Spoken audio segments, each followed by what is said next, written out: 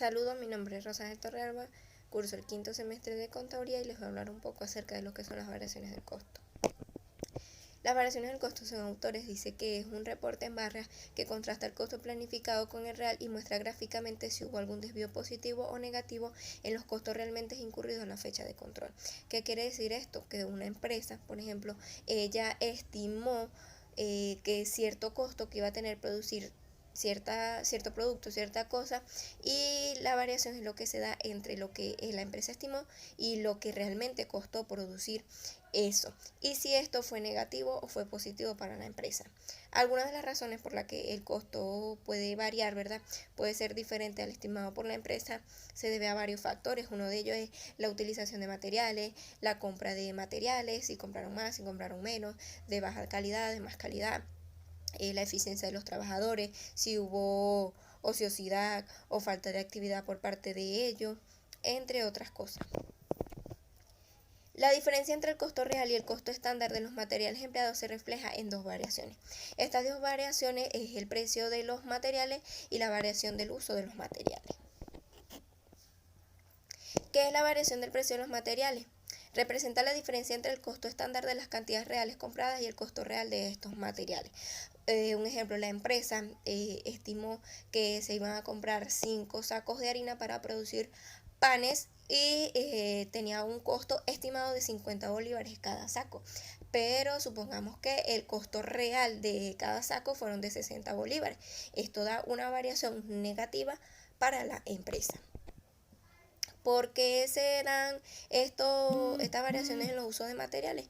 Por diversos factores, si usaron más, si costó más, si costó menos, si compraron un material de más baja calidad o de mejor calidad, entre otras cosas que se pueden dar.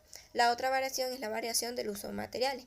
La variación del uso de cantidades materiales resulta de emplear mayor o menor cantidad de lo contemplado en la norma de materiales. ¿Qué quiere decir? Por ejemplo, la empresa estableció que para producir 1000 panes se iban a usar 3 sacos de harina, pero esto no fue así, sino que la empresa incurrió en que utilizaron 5 sacos de harina. Esto es negativo para la empresa. Pero también se puede dar el caso en que se utilizaron solamente 2 sacos.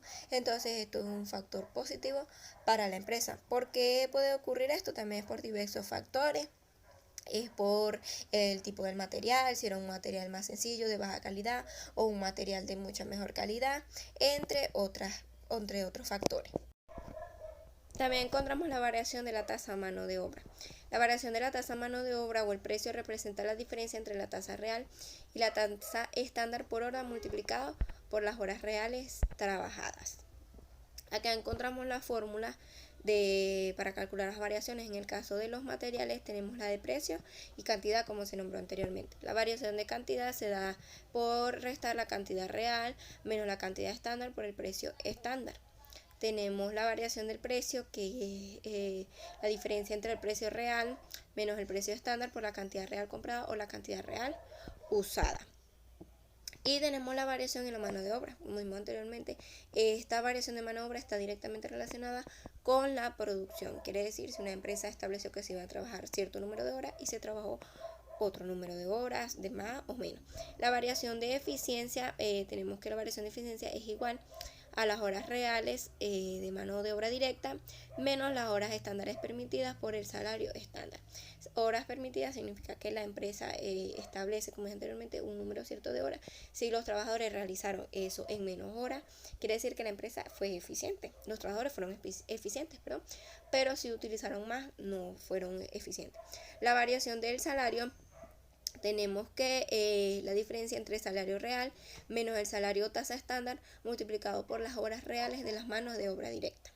La variación del salario mide la diferencia con el propósito de establecer un costo estándar en lo que es el salario, y así mismo se van calculando también los costos indirectos de fabricación y otras diferencias que hay. Muchas gracias.